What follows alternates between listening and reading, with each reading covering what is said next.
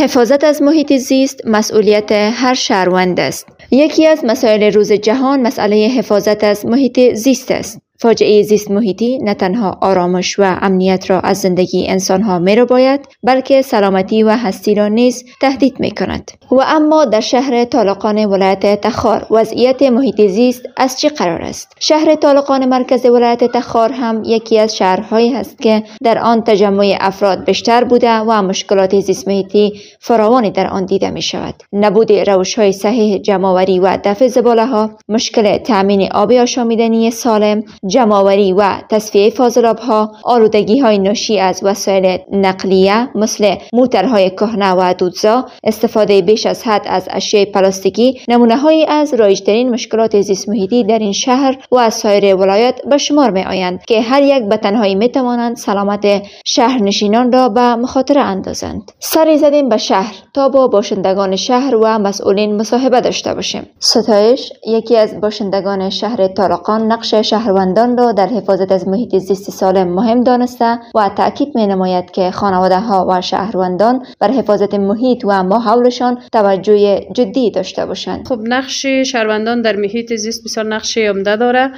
تاثیرات بسیار زیاد داره، به خاطری که اگر جامعه ما همگی ما یک جامعه سالم باشیم، توجه خاص داشته باشیم، در محیطمان نظافت مراعات بکنیم، آب و هوای ما آلوده نشود، چون فصل زمستان هم فرا رسیده دیگه، خانواده کوشش بکنن، تلاش بکنن، از غال خوب استفاده بکنن که باعث دود و گاز در هوا نشود. و اگر ما محیط خود سالم و پاک نگه داشتیم، طبعا که در اونجا مریضی یا بعضی مشکلات کم می باشد. به می اساس تمام خانواده و از تمام مادرها به خصوص در خانواده که هست، در جامعه که هست، مادرها در این فصل زمستان بسیار توجه خاص داشته باشند.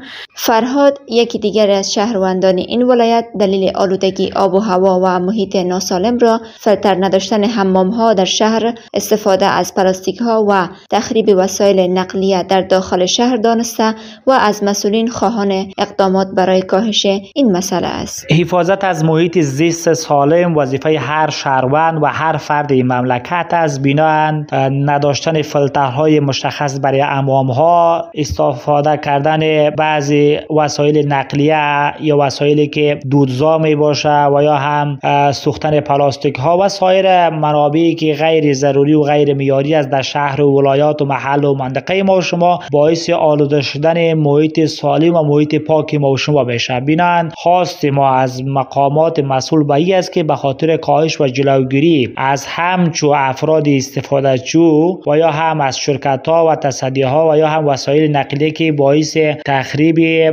آب و هوای ما و شما میشه و باعث آلوده شدن محیط منطقه ما میشه، باید جلوگیری بکند. در عین حال شاد محمد ورسجی مدیر اطلاعات و آگاهی عامه ریاست محیط زیست ولایت تخار میگوید که همه ساله پلان و برنامه‌های ماهوار را این ریاست ترتیب کرده و مسئولین بخش‌های مربوطه جهت کاهش آلودگی محیط زیستی و رساندن آگاهی عامه برنامه‌های روی دست دارند. آقای ورسجی می‌افزاید اگر شخصی یا شرکت خلاف طرز العمل و قانونی این ریاست و محیط زیستی اقدام نماید، برخورد قانونی و جدی با آنان صورت خواهد گرفت. ریاست حفاظت محیط زیست مثلا مطابق پلان سالانه و پلان ماهوار که ما پلان سالانه که از مرکز برمان موصل می‌ورزد، ما بریاتی از پلان ماهوار ترتیب میدیم مطابق ولایت وظایف. در هر بخش مختلف بخش نظارت تفتیش ما که دیگه چند نفر هستن اونجا دیگه، اونا مصرف پیشبرد پروسه کارشون است و بخش آگاهی عامه که ما